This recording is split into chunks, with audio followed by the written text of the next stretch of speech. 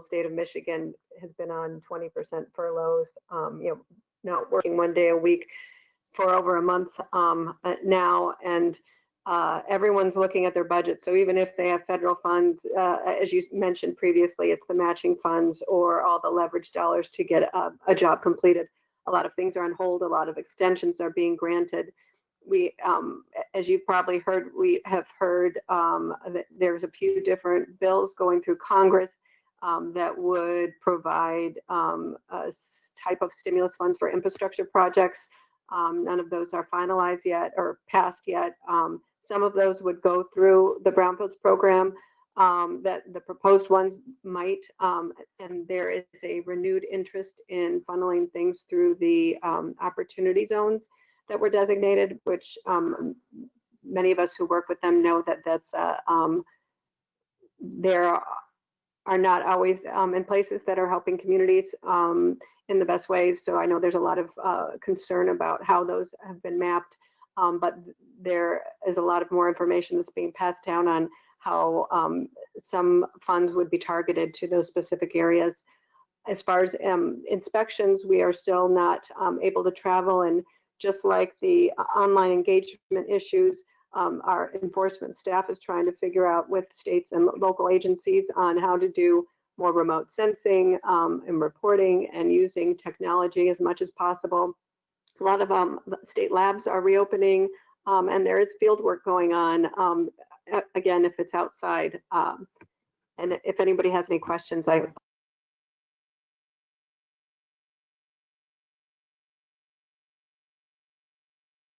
Thank you, Carrie. You cut out right when you said if anyone has any questions, but I'm sure that if anyone does, they will reach out to you.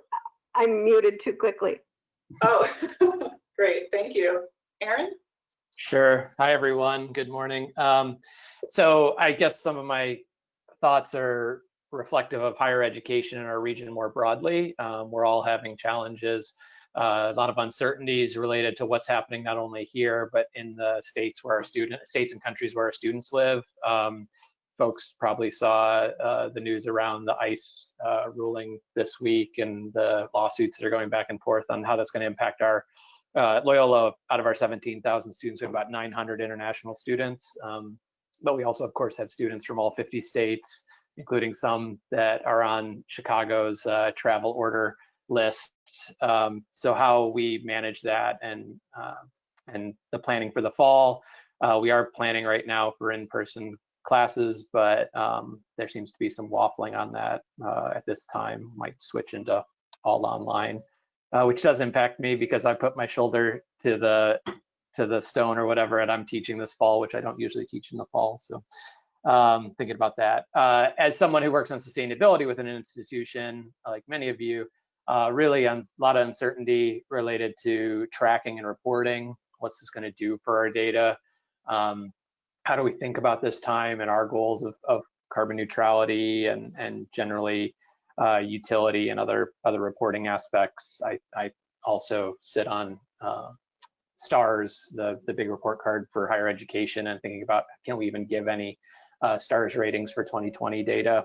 That probably carries over onto GRI and other sustainability reporting platforms.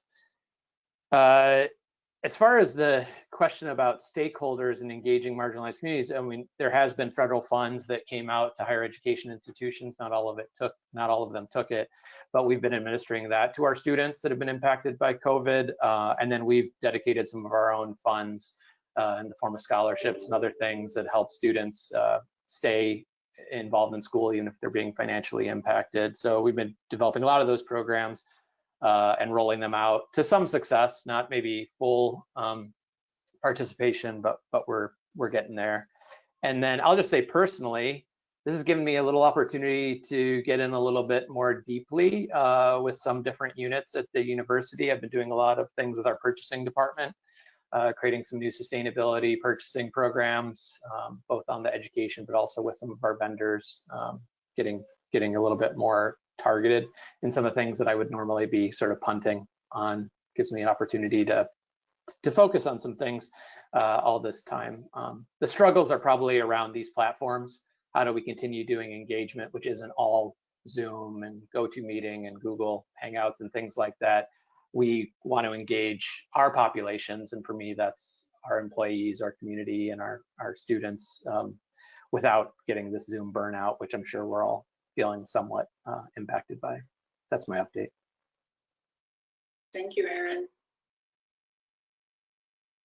Andrew, I see you're on here. Would you like to give an update?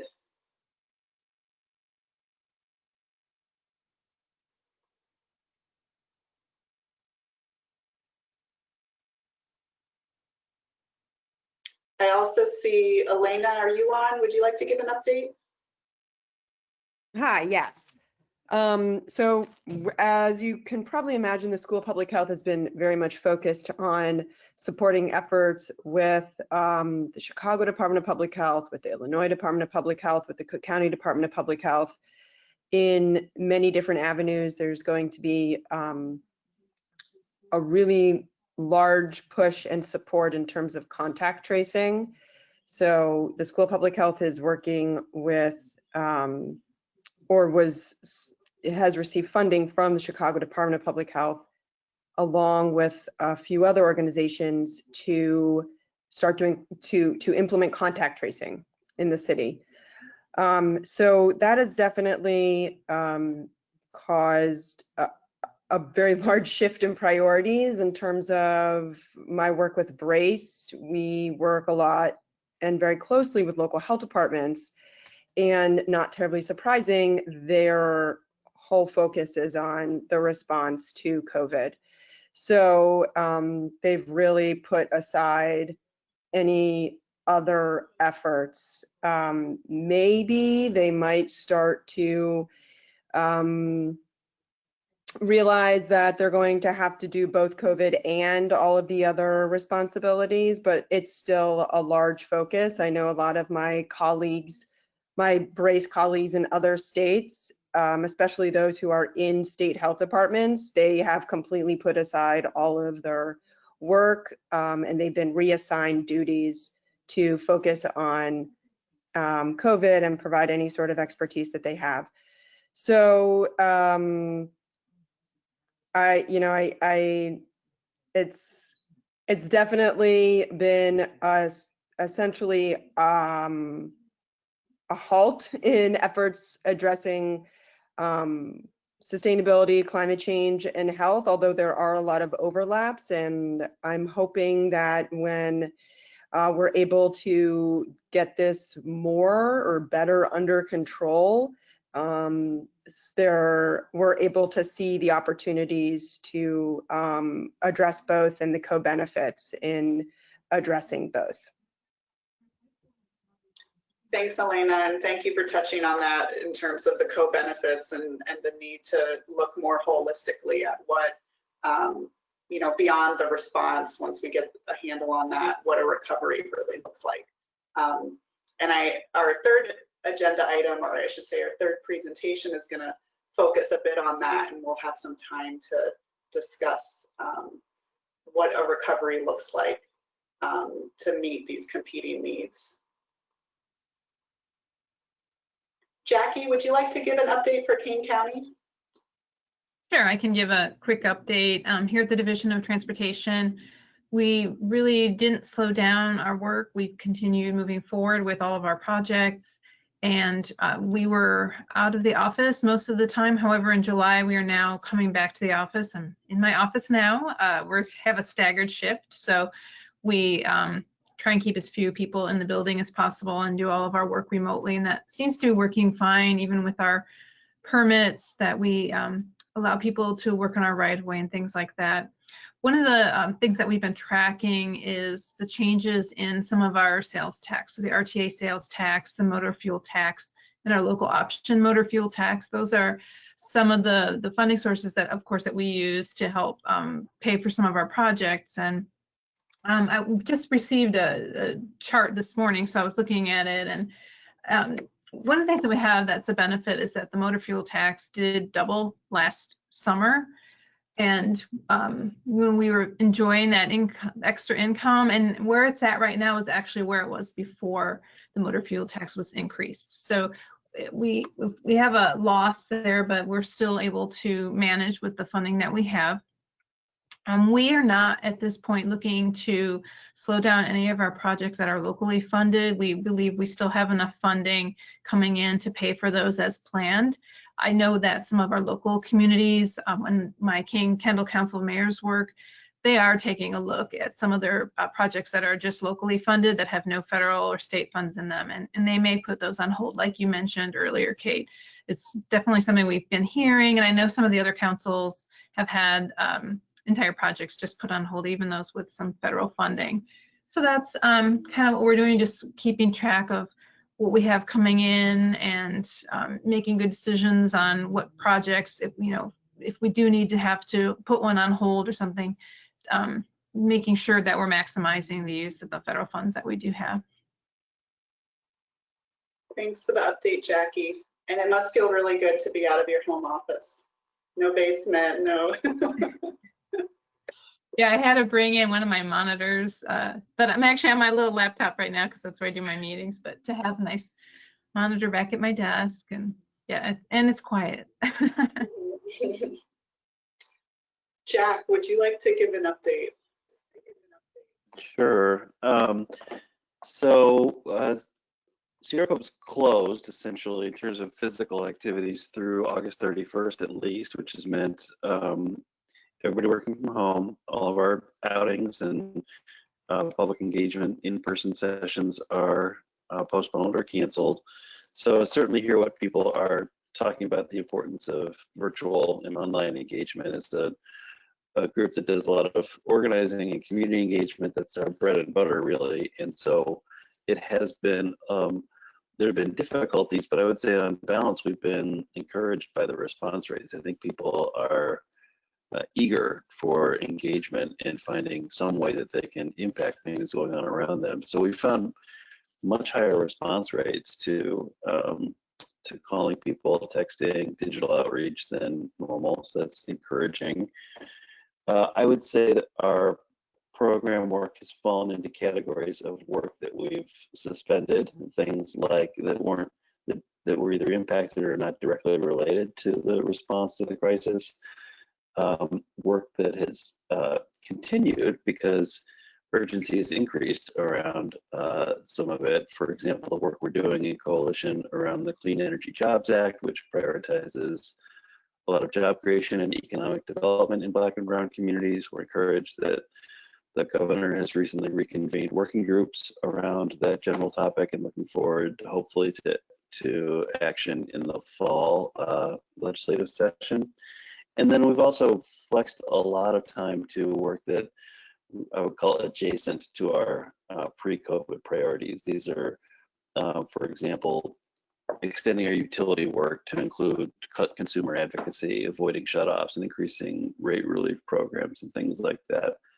And I would say since the murder of George Floyd, we've intensified a direction that we've had for some time of trying to look for ways to center racial justice in our environmental campaign work. And so we're thinking both long-term about how those outcomes can be better connected. And in the short term, we've been doing a lot more allyship work with communities on the ground who, in the middle of this respiratory health crisis, have actually been facing like new sources of air pollution at the same time that they're facing some of the highest rates of COVID infection. So bit of an update on our end. Thanks.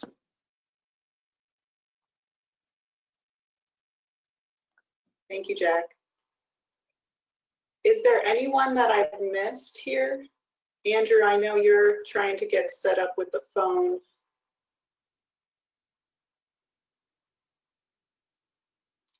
Or if anyone has anything else they'd like to add before we move on. The next agenda item presentation is going to be on a COVID recovery survey that CMAP conducted. And so there are going to be some discussion questions touching more on capital improvements being delayed, as was mentioned, as well as some of the impacts of staff reductions, certainly two aspects that we heard a lot about through responses in that survey.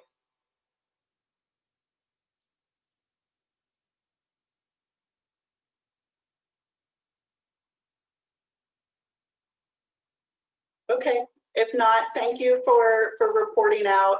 Certainly CMAP is continuously reassessing where our priorities lie and specifically around what we can do to help with the COVID response in the region.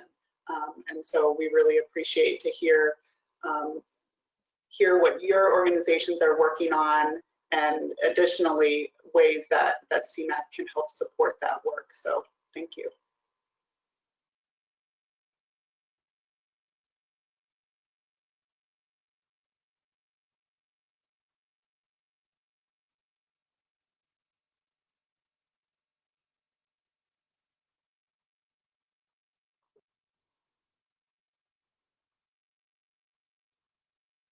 Okay, so we'll jump into this next presentation from Patrick Day and Timmy Collejo.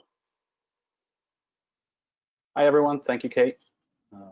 Happy to speak a bit today about a new engagement framework that was rolled out over the last few months for a specific purpose, but it has some ongoing benefits that we're excited about.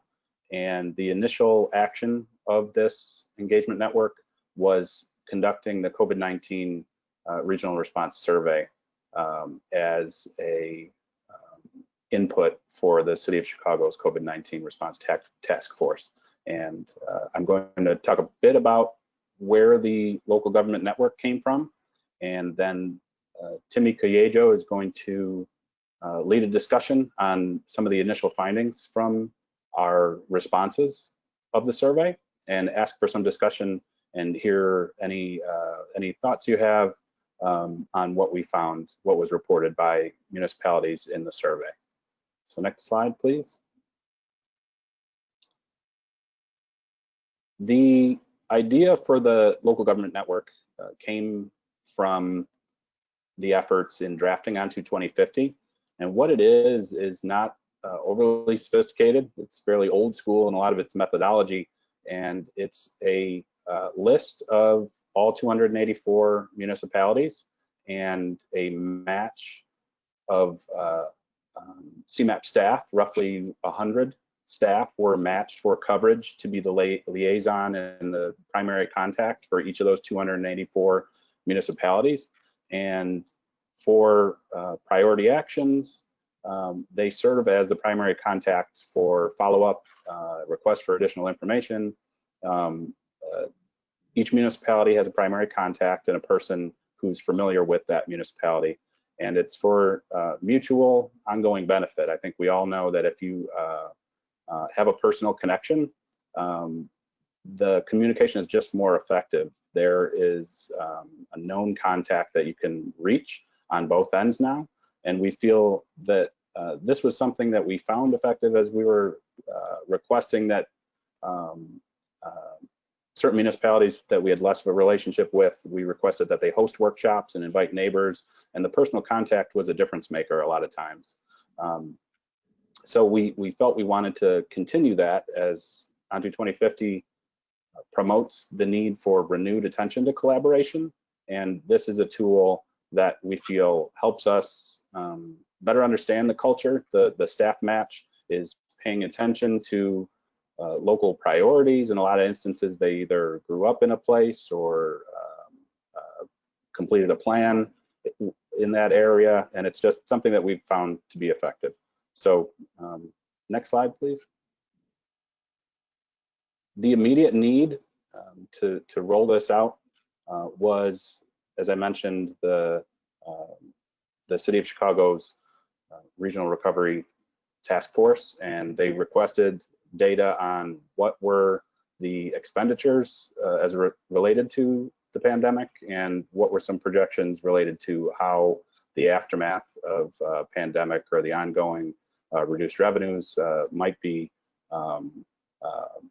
approached as that affects budgets. So Timmy's going to be talking about some of the responses that we received, and it would be great to get some feedback on that.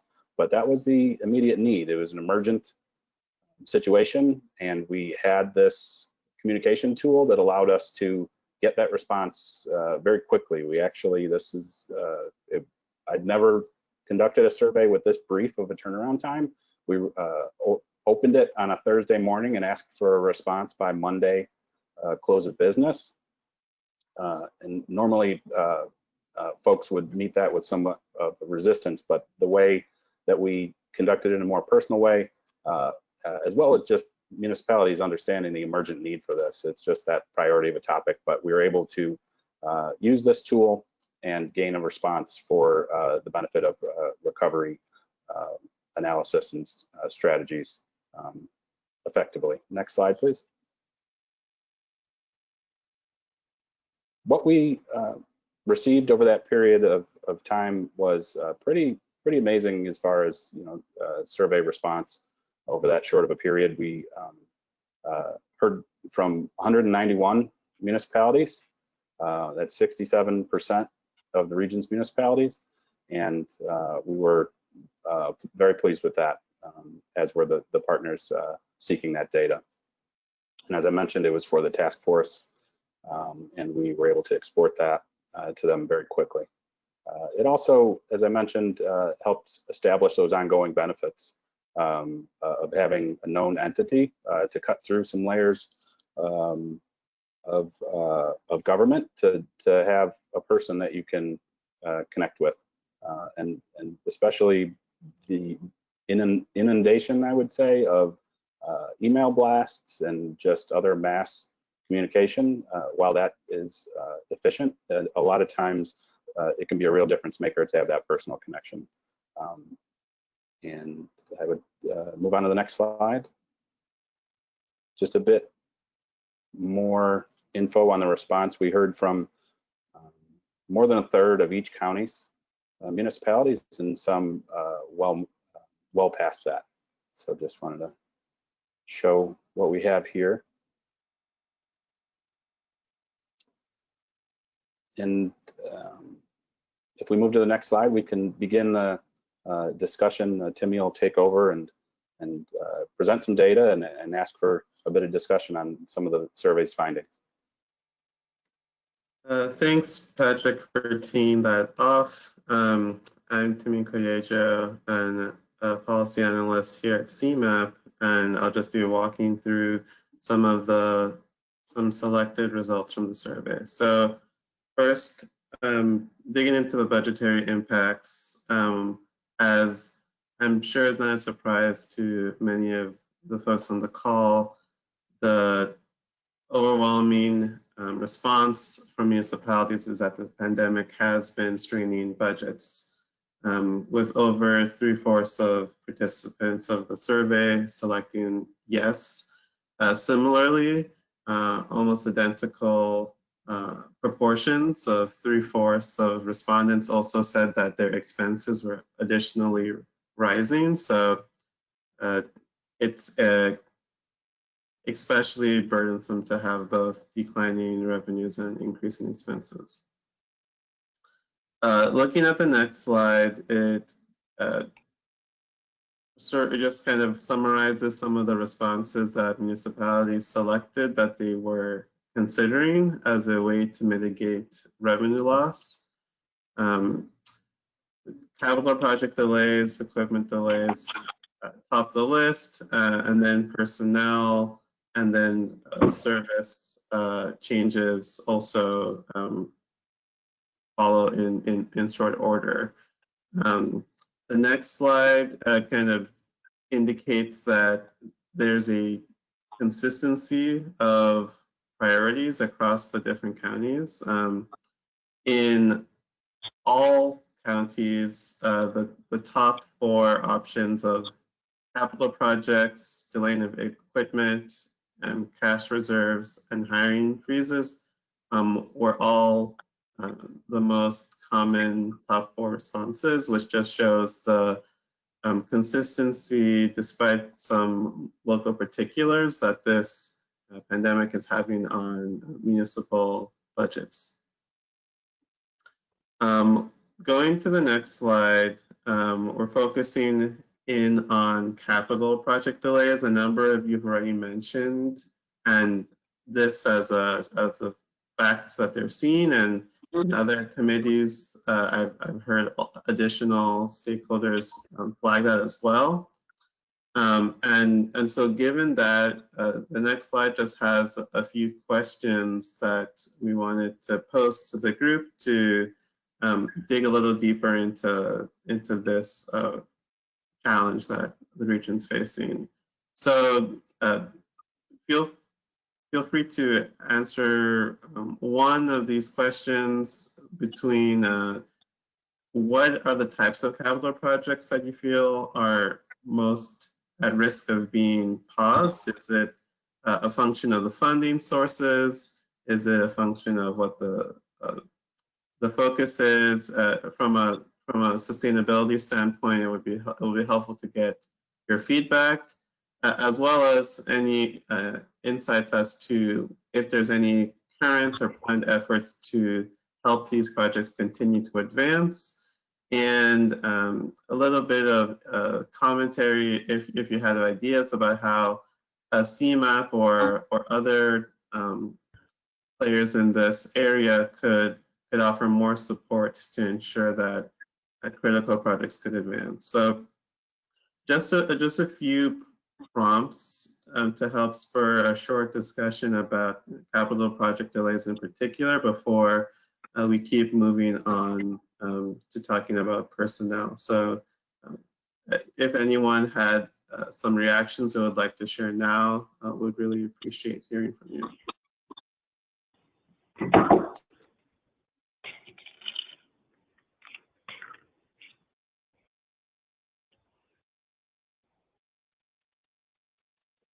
So I think in Schaumburg's case, the capital projects that we're more inclined to move forward with are those where we do have a federal government or some other assistance partial, payment on the project, so that we don't lose that funding and end up having to pay 100% in the future. And so I think that some of the things we've done is to take some of the projects where it was 100% village funding and delay those so that we could advance the ones where we did have partial funding.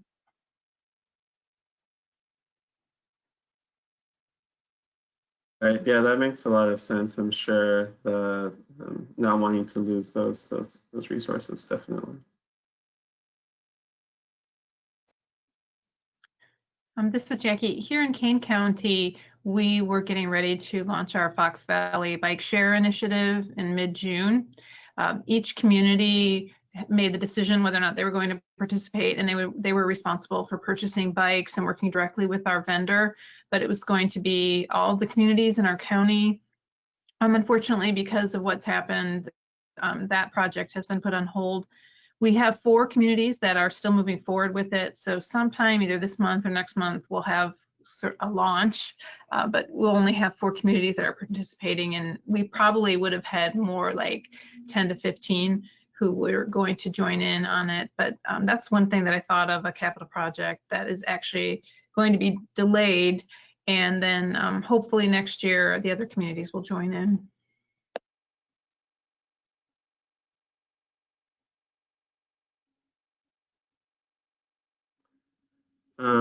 Yeah, any other thoughts on I guess specifically maybe sustainability related projects and climate mitigation strategies or wastewater type facilities that if you have any insights on how those projects are moving forward or not.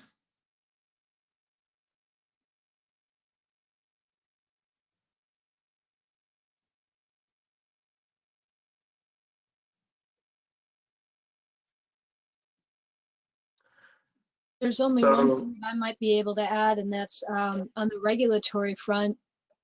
I mean, since a lot of the standards are still in full force, I know variances and approaches to commit to best management practices, which will have some financial impact to comply with the law, are still very much moving forward.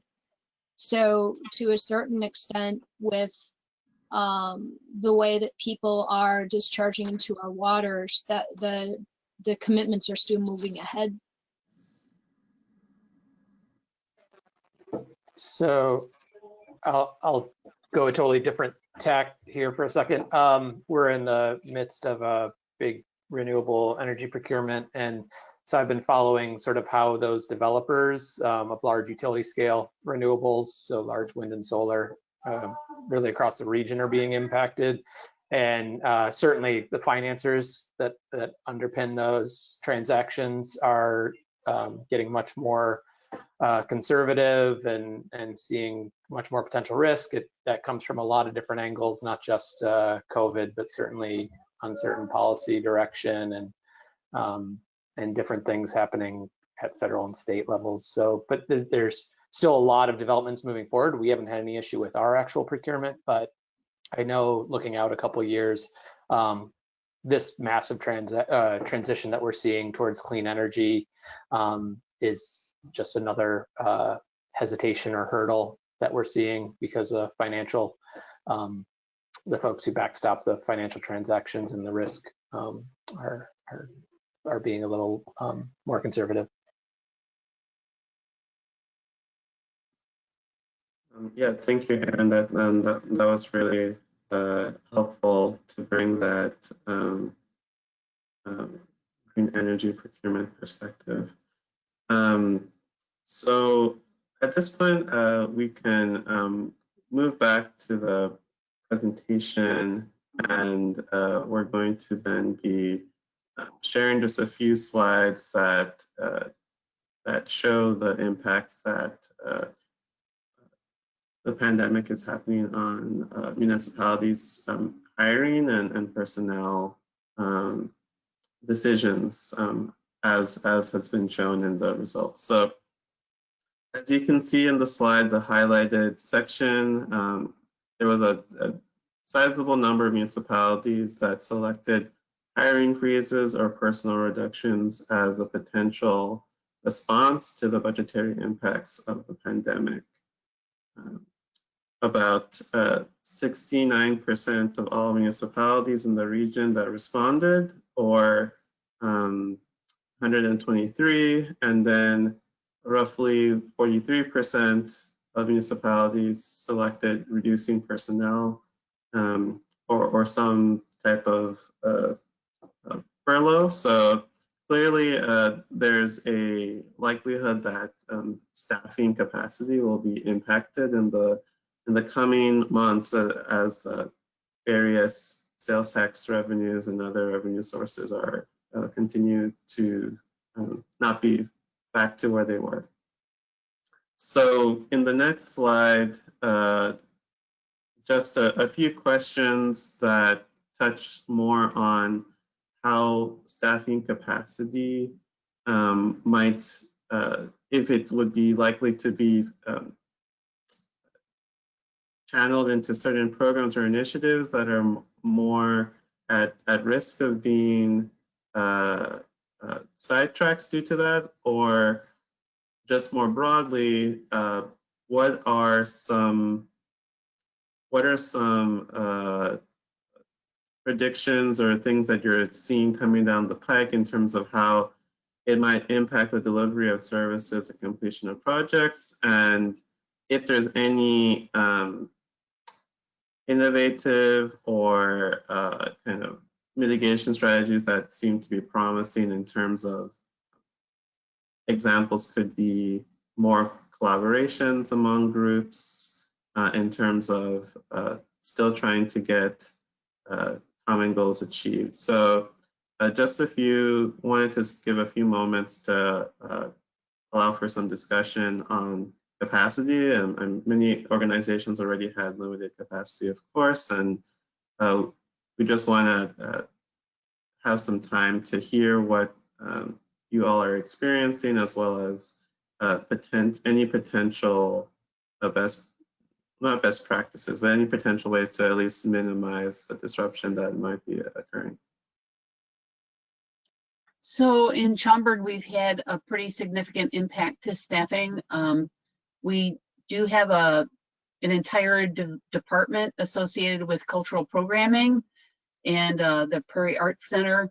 And so with the governor's most recent release of the Phase 4 Restore Illinois program, there was little seen in there where they would be able to advance any programming of any kind.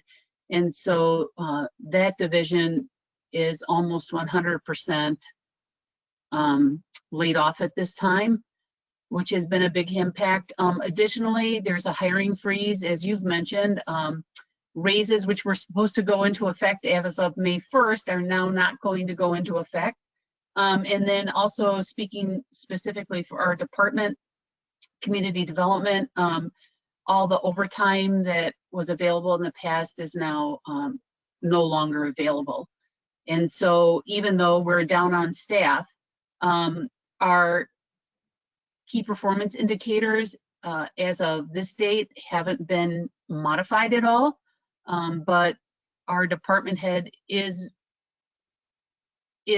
communicating with our elected officials and the village manager and so on, how the staffing decrease has impacted our KPIs. So we're trying to start a conversation to let them know that there has been an impact to what village staff can deliver without overtime, and knowing that we're down on staff numbers.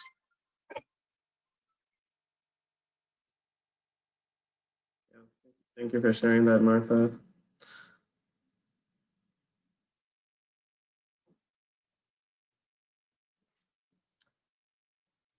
Anyone else in the group have any updates as to how the staffing is being impacted in the recent months?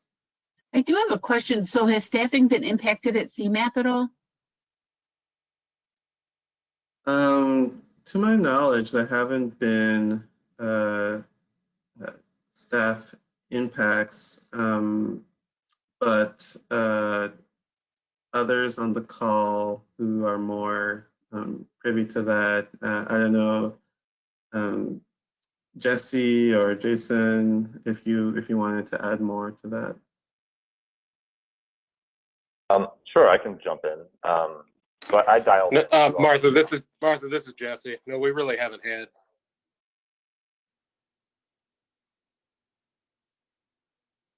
Go on, Jesse. The challenges of virtual meetings. No, Martha, we really haven't had staffing impacts related to COVID-19. Of course, we are working remotely, and only in that respect. But no, we aren't looking at seeing staff reductions as a result of this.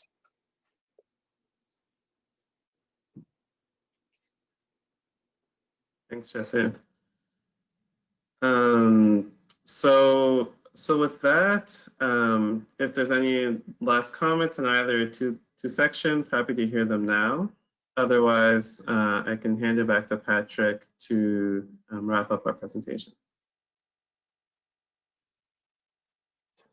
Timmy, I had just one question to see if there was any thought from the group on it.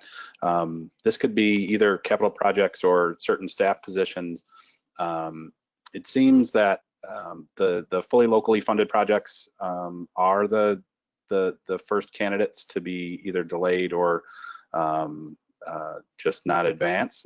But another aspect of that might be of interest to this group is different elements of certain projects. A lot of the federally funded projects, they might have received the award because they said green infrastructure would be included, that active transportation will be a part of it, and they received points for that.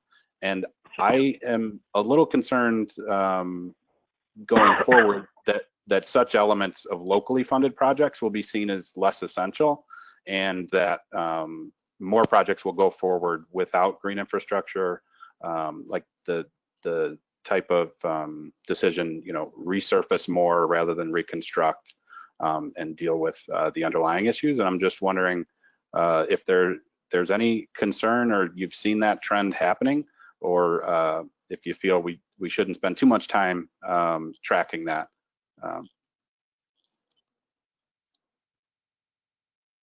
I haven't, Patrick, to respond to that. I haven't heard if some elements of any projects in Schaumburg have been, delayed or put on hold or canceled. So I'm sorry, I can't answer that question.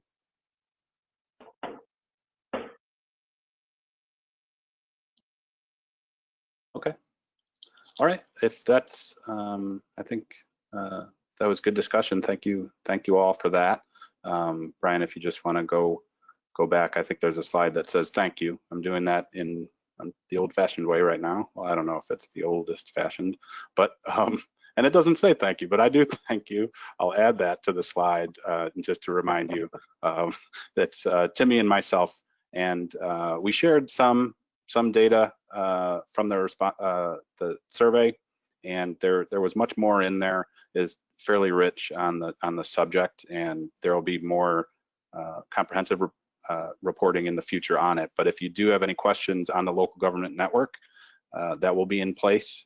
This was the first action, as I mentioned, but we're going to be using it on an ongoing basis. And any questions you might have, please feel free to reach Timmy or myself. Thank you.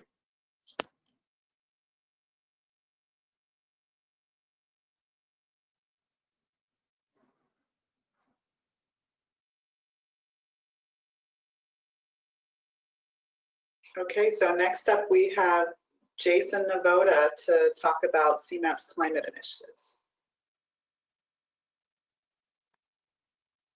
Okay, good morning, everyone. I dialed in instead of using my computer audio, so is it coming in loud and clear, everybody? Okay, sounds good. Okay, it does tend to sound better when I use the phone. I don't know if that's the experience other people are having, but that's been my experience. Well, it's good to see everybody since March. It seems like it's been forever. I don't recall if it was March or if it was prior to that when we came to the meeting and discussed sort of what we were thinking in terms of the work plan for the coming year. And that coming year is now here. FY21 for us started on July 1. And so some of you may have seen the full work plan that was adopted by the board in June. I believe that a section of that was shared with you all. I'm looking for Brian and Kate to nod or acknowledge that, yes, the climate focus area section of the work plan should have been shared with you. So hopefully you have that, you've had a chance to look at that. The intent today is to just review those projects that are there briefly and hear any thoughts you might have about how we might proceed. I will also briefly just touch on a couple of the things that did not make it into the work plan this year, more or less because of the need to prioritize and resource constraints and things like that. And then a follow-up topic is around, as Kate had mentioned earlier, around the recovery and economic recovery and how we might approach a recovery from a low carbon future perspective. So just to get started here, so Brian, you can just hit the next slide. So as many of you recall, and we've talked about this for a couple of years, one of the environmental goals that we have is a region prepared for climate change. And the other two environmental goals, one is incorporating green into our urban spaces and using the development process to enhance environmental resources, the other being pretty focused on our water resources. Go on to the next one, Brian. Within the climate change recommendation area, there were two broad strategies. One, to intensify climate mitigation efforts, and just broadly, the three categories of strategies and actions within that recommendation area were to address energy and climate change at the federal and the state levels. Secondly, to transform the transportation system to reduce emissions. And third, to increase low and zero emissions energy generation. There are a few different actions or types of strategies that are spread throughout the plan that sort of help to advance our mitigation efforts. They include things like congestion reduction, fleet replacement, electric vehicles, both the vehicles and infrastructure, investing in transit, parking management, freight investment, bike ped investments. A whole variety of things are throughout the plan that help to advance a few of these. And so in sum, that's the category of things we have in the mitigation area. I won't explain the graph on the right, except to say that this, we did a few scenarios when we did the 2015 greenhouse gas emissions inventory. And the line heading up to the right is the business as usual trajectory. The black line in the middle extending to the lower right is the trajectory if we reduced emissions at the same rate that we did between the period from 2010 to 2015.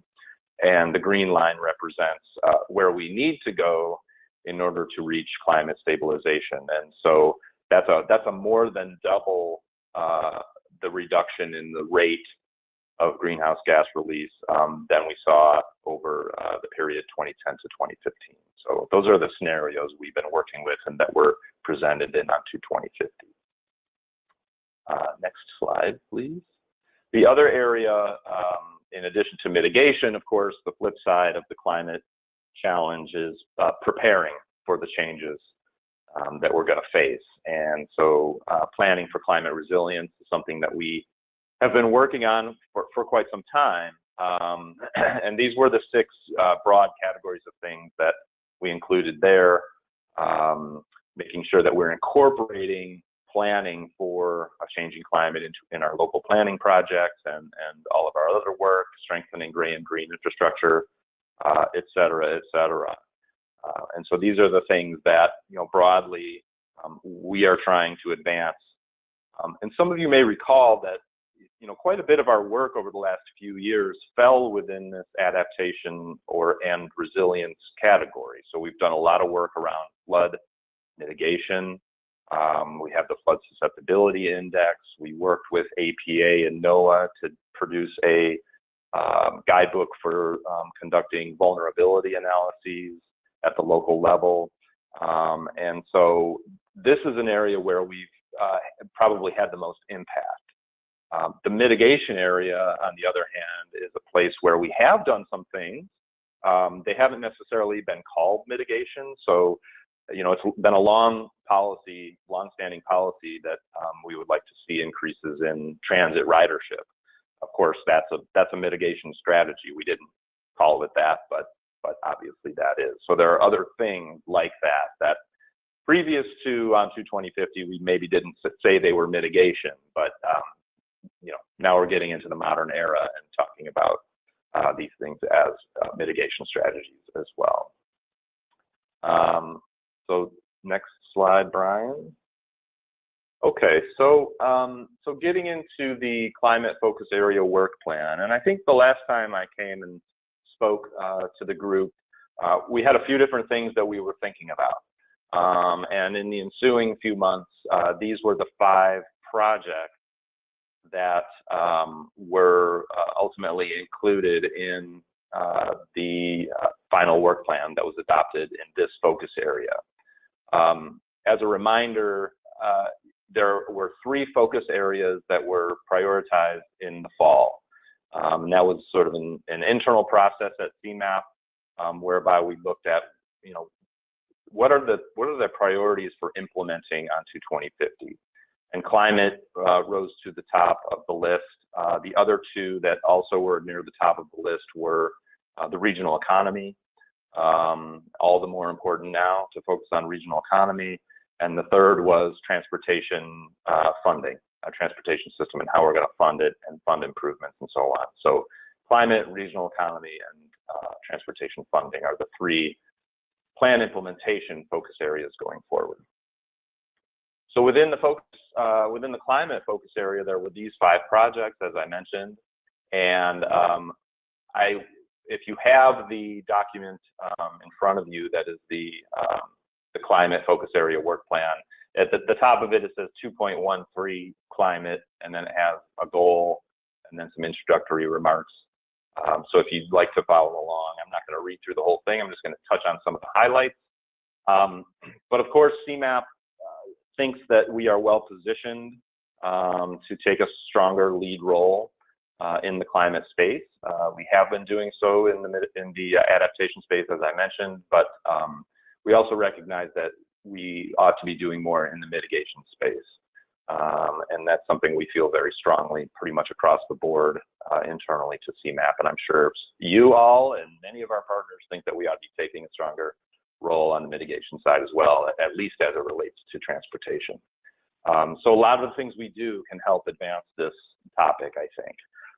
You know, particularly our role as a transportation agency. We program millions and millions of dollars of federal money in the transportation system in the region. We prioritize projects and we invest. And if we're not investing in the right way, then what are we doing, right? It's going to be hard to address the transportation mitigation challenge if we're not investing those federal dollars in the right way. So we're cognizant of that. Figuring out how best to do that is sort of our near-term challenge. So that's something we're going to be looking at pretty closely. So moving on now to the first of the 5 projects. No, don't yet. Thank you. First of the 5 projects, climate multi-year implementation planning.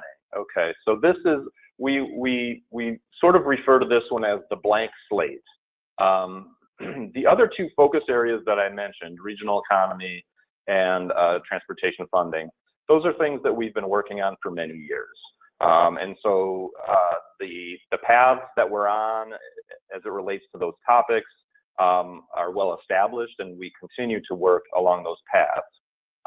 The climate area is somewhat new to us, even though we included it as a priority in the Onto 2050 plan.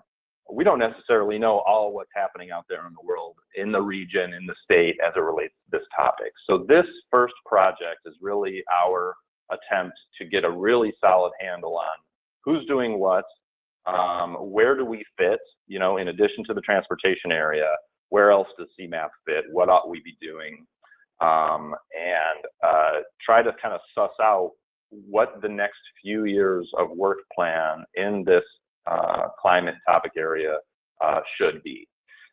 So this will be sort of an exploratory project that will lead up to what are we going to dig into in much more detail in future fiscal years. And I think maybe let's just hold any questions or comments until I get through these 5. It'll just be a couple more minutes here. The second project is transportation mitigation strategies. So as I mentioned, we fully recognize that as a transportation agency, this is one of the core areas where we probably can make a significant difference. And so we set this aside, we made this specific, and something that we were going to dig into in much more detail. And so you can see here that we're going to research potential mitigation strategies in other transportation work plan areas. And we're going to explore some different modeling and scenario planning approaches that we might take in order to incorporate some of these strategies into our operations, our processes, and our programs and our projects. The third project is climate mitigation and adaptation technical assistance. This is the project that relates very closely to our local technical assistance work. We recognize that by working with local communities, municipalities, counties, and more local organizations, there's an opportunity there to incorporate mitigation and adaptation strategies into the work that we're doing there, and whether that be a corridor plan, a comprehensive plan, stormwater plan, what have you. So this project is where we're going to really establish what are the things we want to promote at that local level. This relates quite closely to a project we have underway where we're partnering with the Metropolitan Mayor's Caucus on a project that's supported by the Global Covenant of Mayors.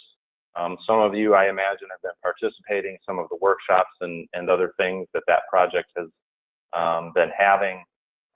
And that is essentially going to develop a set of strategies that local governments can adopt in order to address mitigation and adaptation. So this project that I'm describing here that we're going to undertake is going to build on that work that we're doing with the Mayor's Caucus and start incorporating that stuff into our local technical assistance program. Fourth project is climate data inventory and refinement. We know that CMAP is known as a data repository.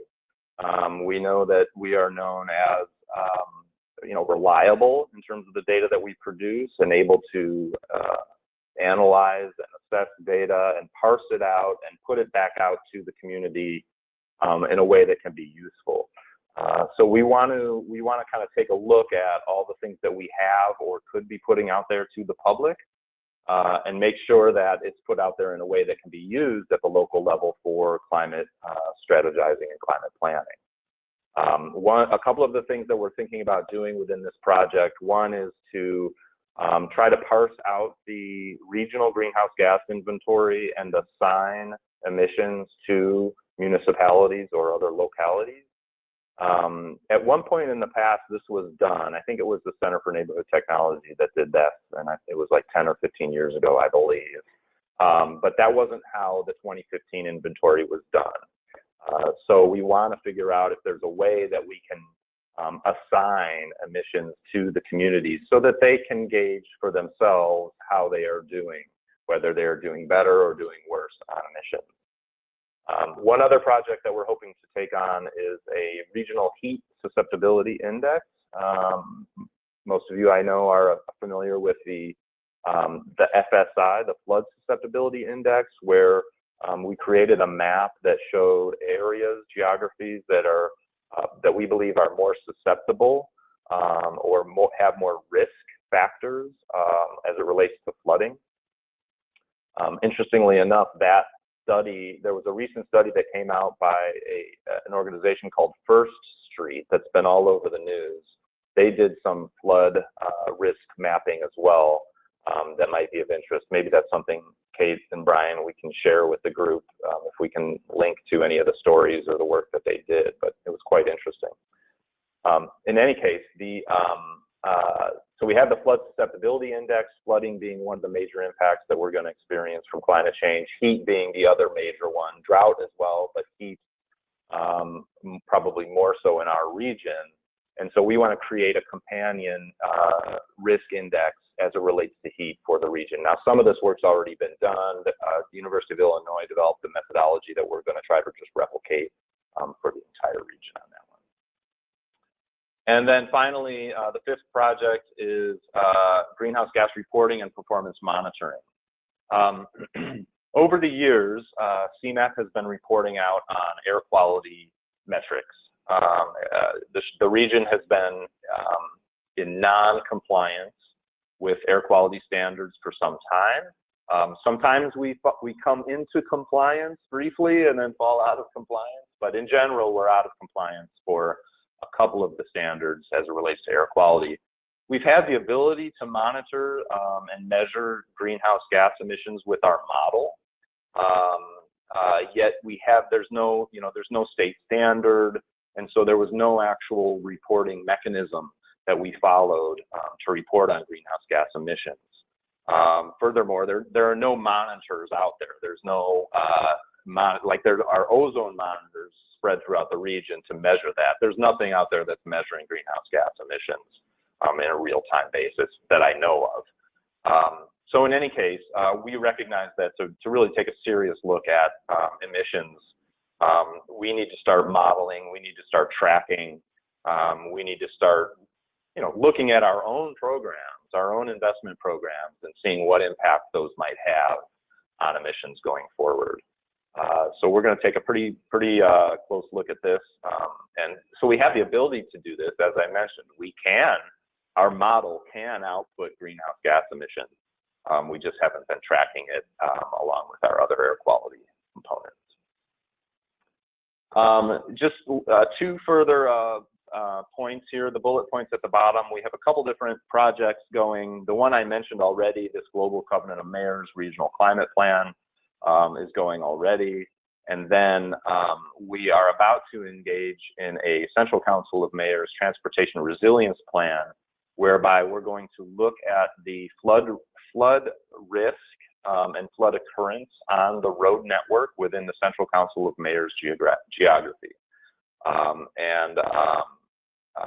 Hopefully this will lead us to a better understanding of how to do an assessment, maybe a full regional assessment of the resilience or the risks of our transportation system to flood impacts.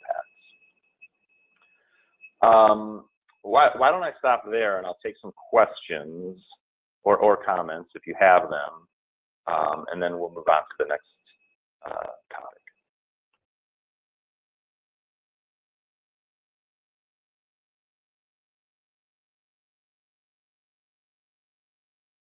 All right, no questions? Do people have enough time to reach for their unmute buttons? Yes, maybe. Jason, I just wanted to say that this is tremendous that CMAP has continued on this focus, but has had this focus for as long as you have, where others are catching up. You all are continuing to dig into this. It's tremendous to see transportation mitigation strategies. I'd be curious as to see moving forward how that interrelates with freight to ensure that freight complements rather than conflicts with other industrial uses like agriculture, as well as natural priorities and mitigation strategies for nature-based solutions like huge amounts of open space, as well as water quality concerns, as well as strategies that require setbacks and riparian corridors to be preserved. I'd also, in the future, would greatly appreciate understanding what you all are doing on the state and federal level. I think we know, but for some of it, such as like the Federal Civilian Conservation Corps and a lot of the strategies that we're seeing on the national and state level to really figure out how nature-based solutions, according to IPCC and the national assessments, is integrated into the approaches that we have to gray and green infrastructure.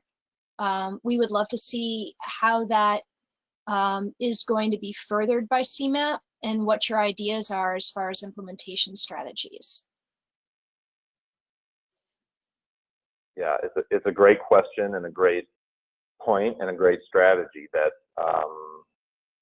that we do intend to explore as part of the first sort of blank slate exploration of all the things that we might be trying to advance as an agency, or identifying that maybe other people ought to be advancing. I know that Open Lands has an interest in this topic, particularly the nature-based solutions. TNC has also done a whole lot of work on this to try to assess the potential, right? How if we can reduce emissions, but we also have to work on the other side and absorb what's already in the atmosphere. So fully recognize that. And yes, it is my intention that is one of the broad strategies, landscape scale sequestration, as well as using the landscape green infrastructure to protect from the impacts of climate. So absolutely. The question about federal and state policies, I think you were asking around on the transportation side, or? In general, I mean, absolutely on the transportation side and state, we've always been looking at performance standards. I know that MPC Audrey has been extremely on about that, and we share that interest, but also federally, now and into the future, and knowing what that future is going to look like, of course, as the year changes.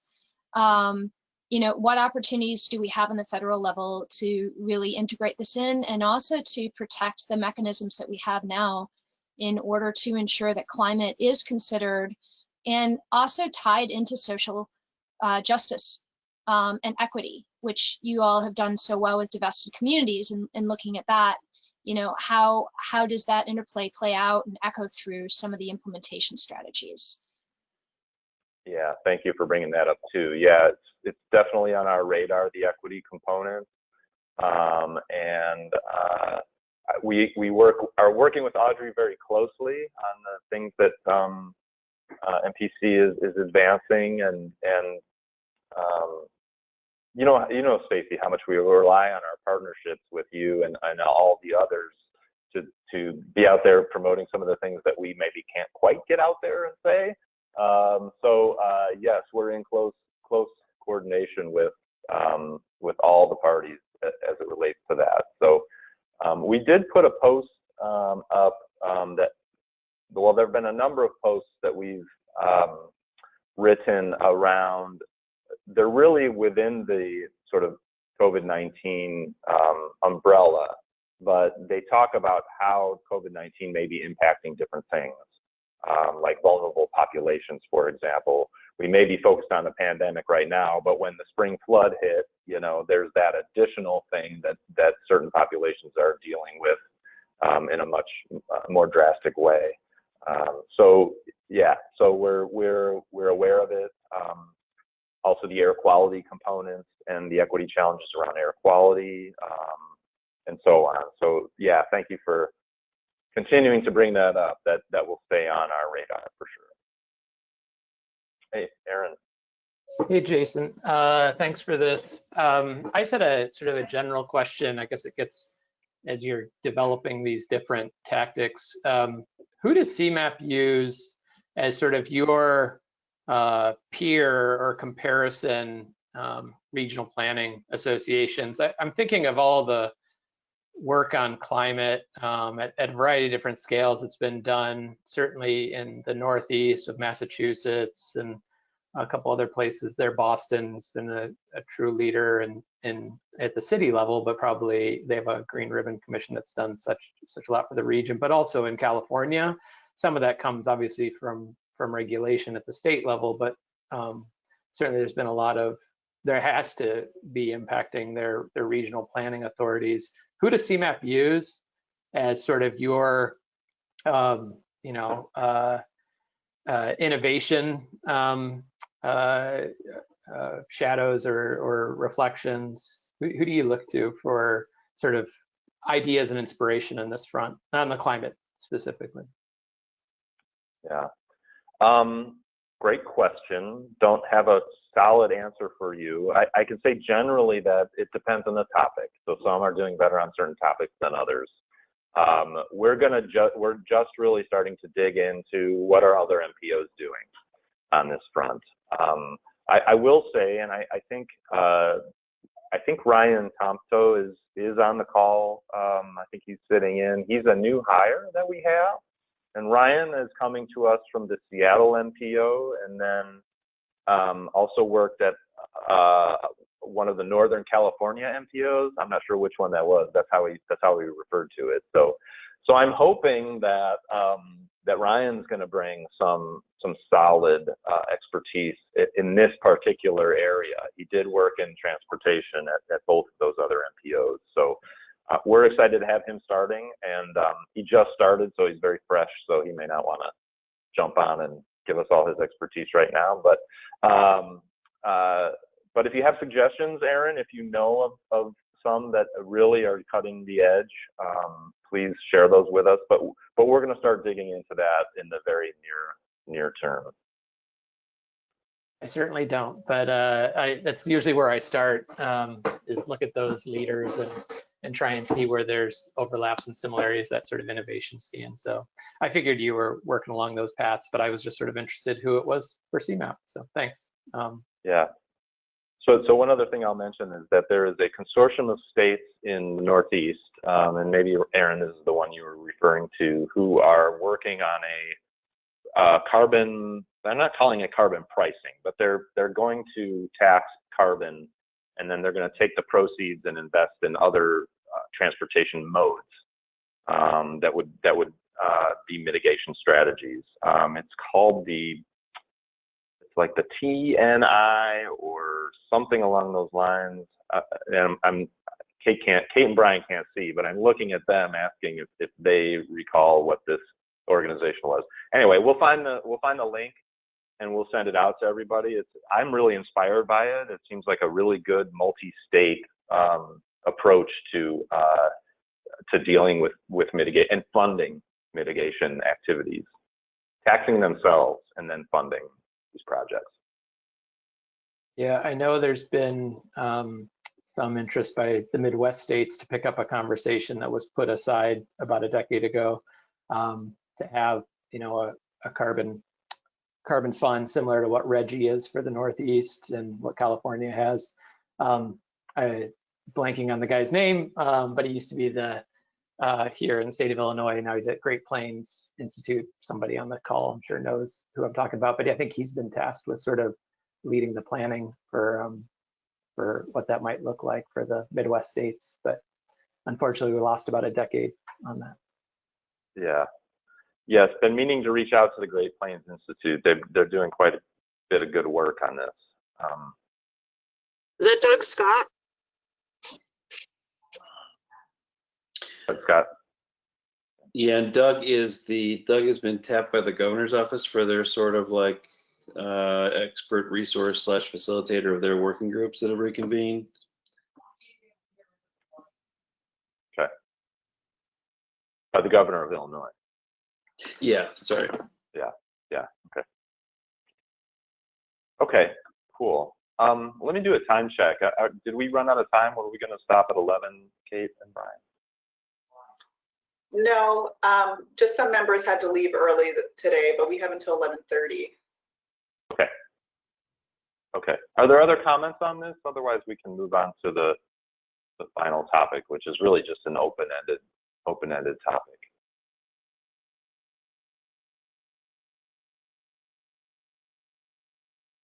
Okay. Do we have a slide on it? Yeah. Okay. So we are in the very late stages of posting a I don't know how to refer to it exactly. It's a thought piece. It's maybe an editorial piece that essentially makes the case that, you know, we're facing, you know, multiple major crises, one very acute and one more chronic, and that the pathway out of both of those might be the same pathway, and that is investing in a low carbon recovery and a low carbon future.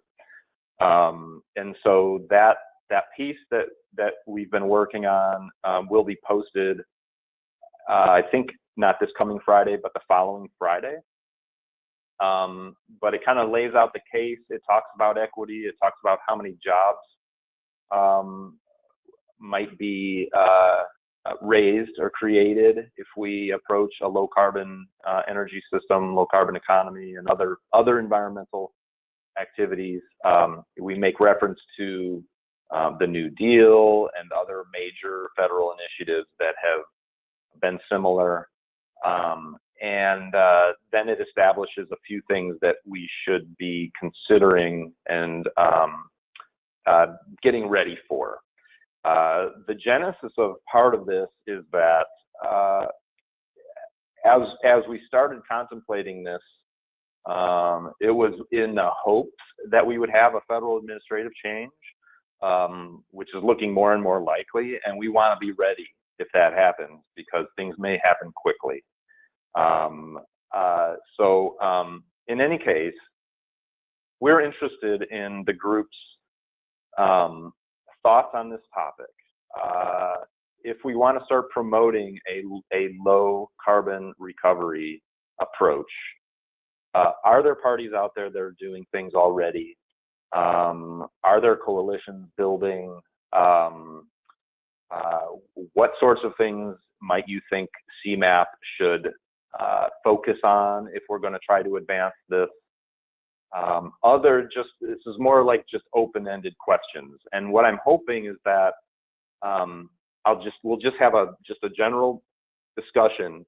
We will post this thing in a week or two, and then the next time we meet, I'm hoping that we can get into it in a little more detail about what we posted and some next steps. So just curious really on your reflections on taking this step forward.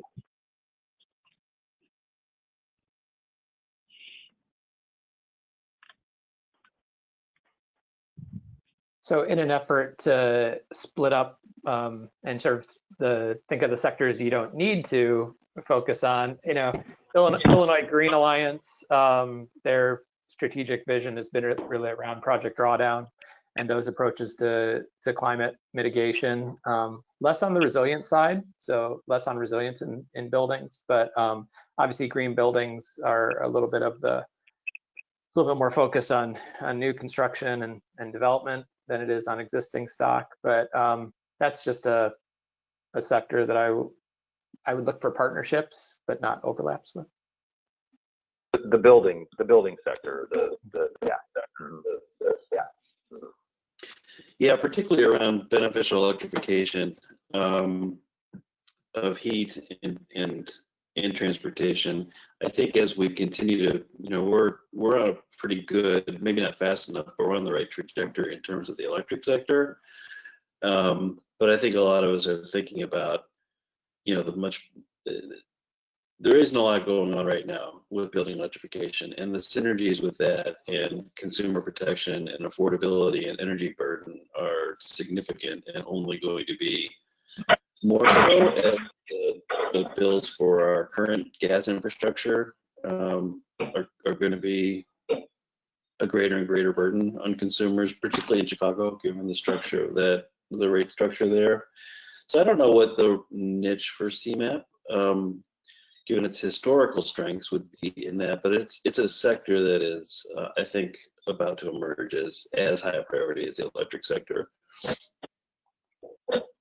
And is that, Jack, was Illinois Green Alliance, as Aaron mentioned, are they also on the forefront of that effort, or is there a group other than them? As Aaron said, my impression is they are more focused on codes and new construction and things like that. I could be wrong. So I do think there are a few people talking about whether or not a new beneficial electrification type collaborative needs to be developed, because I don't think that really does exist now, actually.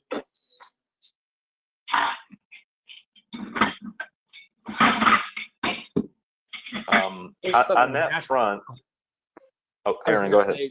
There's some national renewable thermal groups that are coming together, sort of modeling themselves off of the renewable electricity side. In fact, some of them come from that, like Green Power Partnership in the EPA.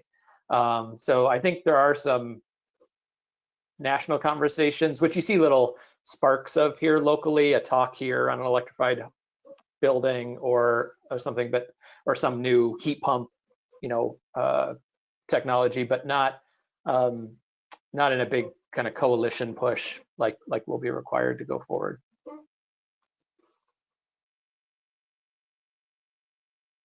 So some of the stuff I came across while working on this piece,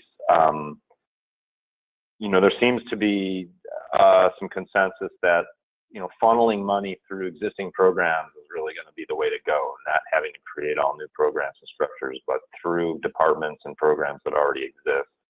So I'm reminded now of, I think Deborah, you guys were working on a PACE. You guys have that PACE program, and then some of you may remember years ago, CMAP implemented a EI2 program. I think it was $25 million that we tried to get out for building retrofits. I guess those are the sorts of things we're talking about, right? Is those kinds of programs where we funnel money out to just do weatherization, to do retrofits, to electrify gas-powered things, and so on.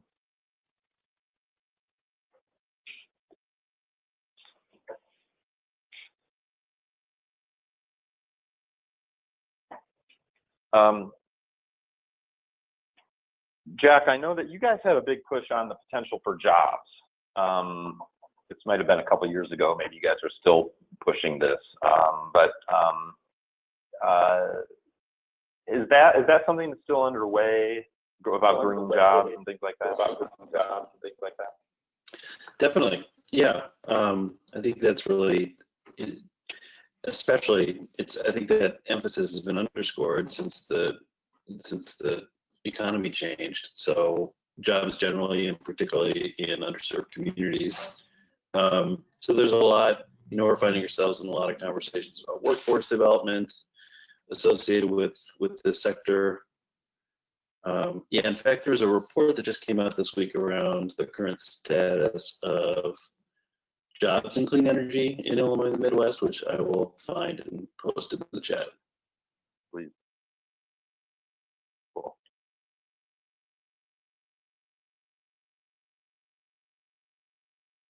Okay. Other thoughts on a green recovery, a low carbon recovery, transforming our, developing a ton of jobs to just transform our energy economy. And that includes, building electric vehicles. It includes installing charging infrastructure. It includes a whole variety of things, restoring, planting trees, restoring wetlands, restoring natural areas that will be carbon sinks, et cetera, et cetera. Other thoughts? Jason, I know you've got some regarding CRTI, yes, and basically how getting more people out in force to not only plant but to maintain our canopy is basically a carbon reduction strategy. And CRTI's 7-county initiative moving forward, tying that to climate and showing the impacts to that would be of value. I know that you've probably talked with Daniela as well about the need to create more of a green force to be able to maintain green infrastructure that is more solid and has edges and formalized for municipalities and other agencies to be able to tap into. I think that's a great need and could play into the concept of something that's more decentralized as far as like the Federal Civilian Conservation Corps, which is being debated in the House, unfortunately, as we know, is not being carried forward in the Senate.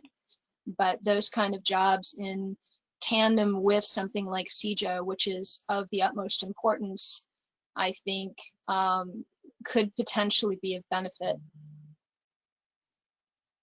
Now, did you say green force? Is that what she called it? Kind of like Space Force, but green force? I would leave Daniela to explain Daniela's idea. Okay. All right. I'll call But Daniela. it's definitely a conversation to have regarding how she sees green jobs within the sector of maintenance and management of green infrastructure, not only what we would traditionally see, but also nature-based solutions. And the great need for that as far as training as well as sustainable funding for that kind of position. Cool, thank you. So Jason, I want to revisit the opportunity that CMAP has because of the transportation, resources or leverage that you can play. And I sort of see a path, as Jack said, around electrifying or, electricity and then, the transition of electrifying buildings, but passenger vehicles, is that going to happen like the iPhone? Is it going to be driven once the technology is available? It's going to be driven by those of us that find the advantage in it. But in the medium and heavy duty sector, I think that's just such a important role you all can play. I'm not exactly sure what the strategies are. That's where I would look to, the coasts with what they've done to electrify ports or what they've done multimodal kind of facilities and those kinds of industrial parks and where that planning has needed to take place and the resource you can play. That just seems like such a, those are going to be, pinch points for our region in addressing our emissions. Even especially off-road construction equipment, how we transition that, because yes, that's a climate thing, but the local impacts, the dirty locomotives and equipment is it's right there in everyone's face. So yeah, just a couple comments on that, Aaron. One, a number of us sat in on a transportation research board webinar where they explored the levers that would be most effective in getting people into electric vehicles, and the number one was cost parity with fossil fuel powered vehicles, and we're actually not that far. It sounds like to me from cost parity there. So that seems to be one of the very important things. And then the distance factor, right? How far can I drive, and the fears about getting stuck, running out of juice. Having a state incentive would help on the cost piece, Jack. To think. Yeah.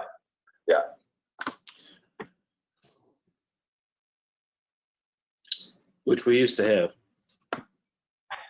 Is that part of CEJA? Is there a rebate in CEJA? It's not a direct rebate. It's CEJA envisions more of a utility model where it's part of grid planning and part, if having carbon performance metrics as part of the utility rate structure.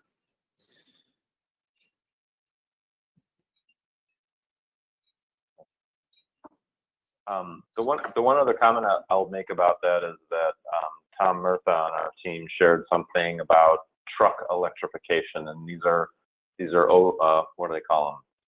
Heavy semis, basically.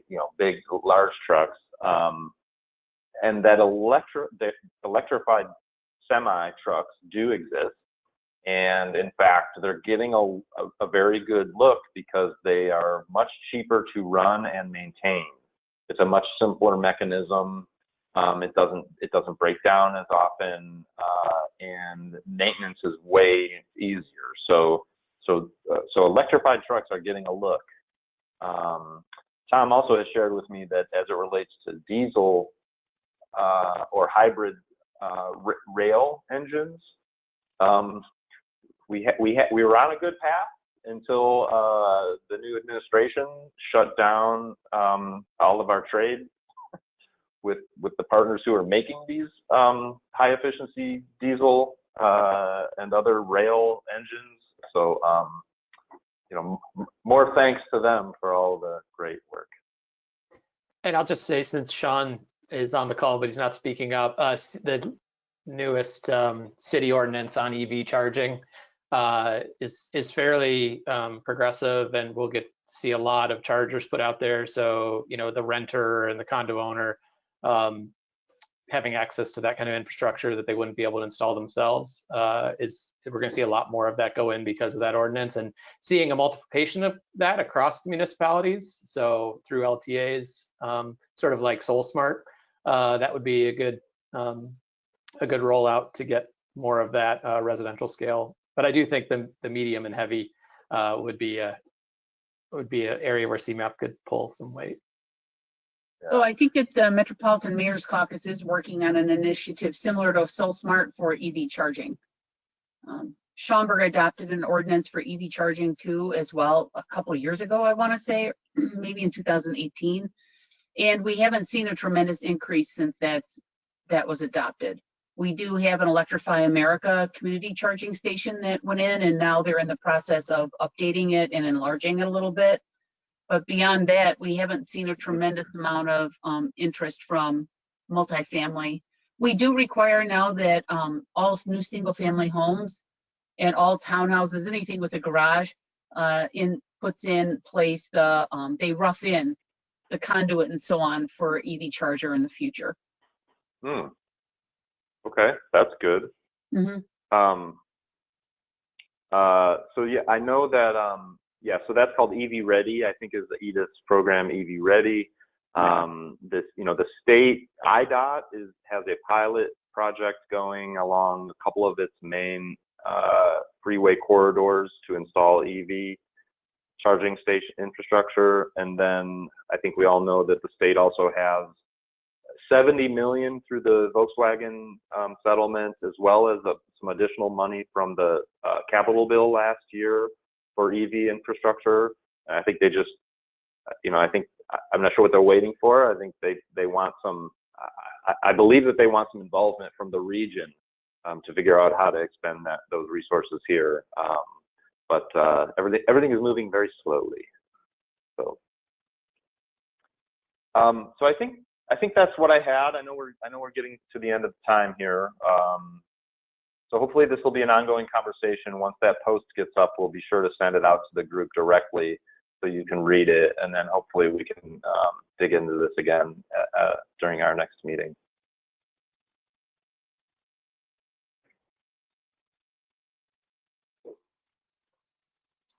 Thank you. I'm really excited to read that.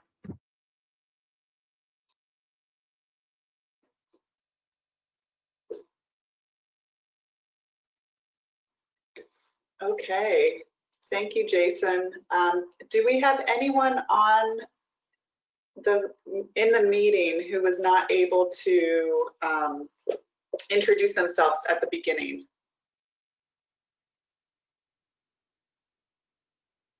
Elena, are you still on? Andrew?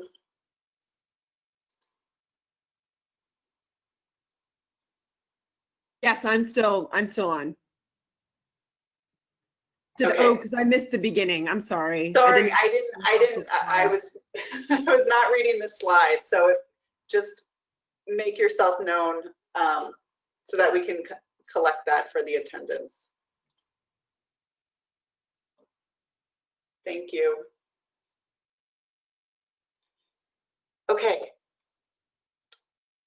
We have not received any public comment. Would anyone like to make thank you, Andrew. I see you're still on as well. Would anyone like to make public comment at this time?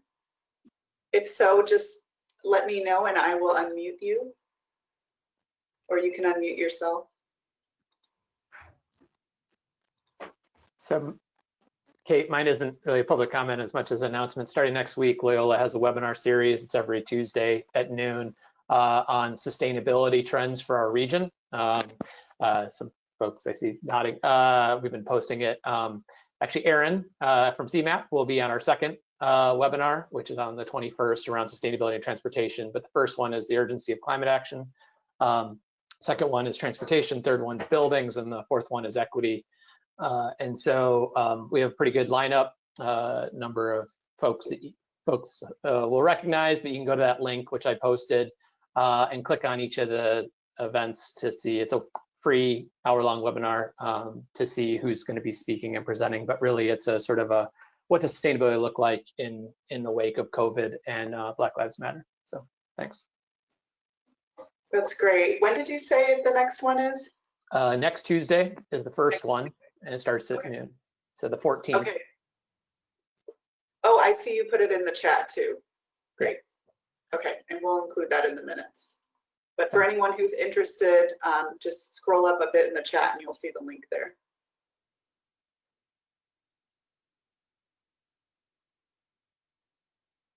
Anyone else? Or any announcements? Okay. We will meet again in September. We expect to have a similar meeting format. Maybe we can play around depending on how much discussion we have. I think, well, let me just say, Brian and I would be interested in getting feedback you have in terms of this meeting format and how we're able to use it to generate discussion. We also have Zoom licenses now where we can have breakout discussions. So our meeting format will continue to evolve, but we hope to see you all September 3rd. And Jack, I'll turn it over to you. I think we're at 11:30, so thanks, Kate and Brian, for figuring out how to have a productive and informative session, even if we can't be together. Looking forward to seeing even more innovation next time, I suppose, if you're getting fancier Zoom or GoToMeeting, I guess. It's good to see everyone well. And if we could just do a motion to adjourn. Oh. So moved. This is Martha making the motion to adjourn. Thank you, Martha.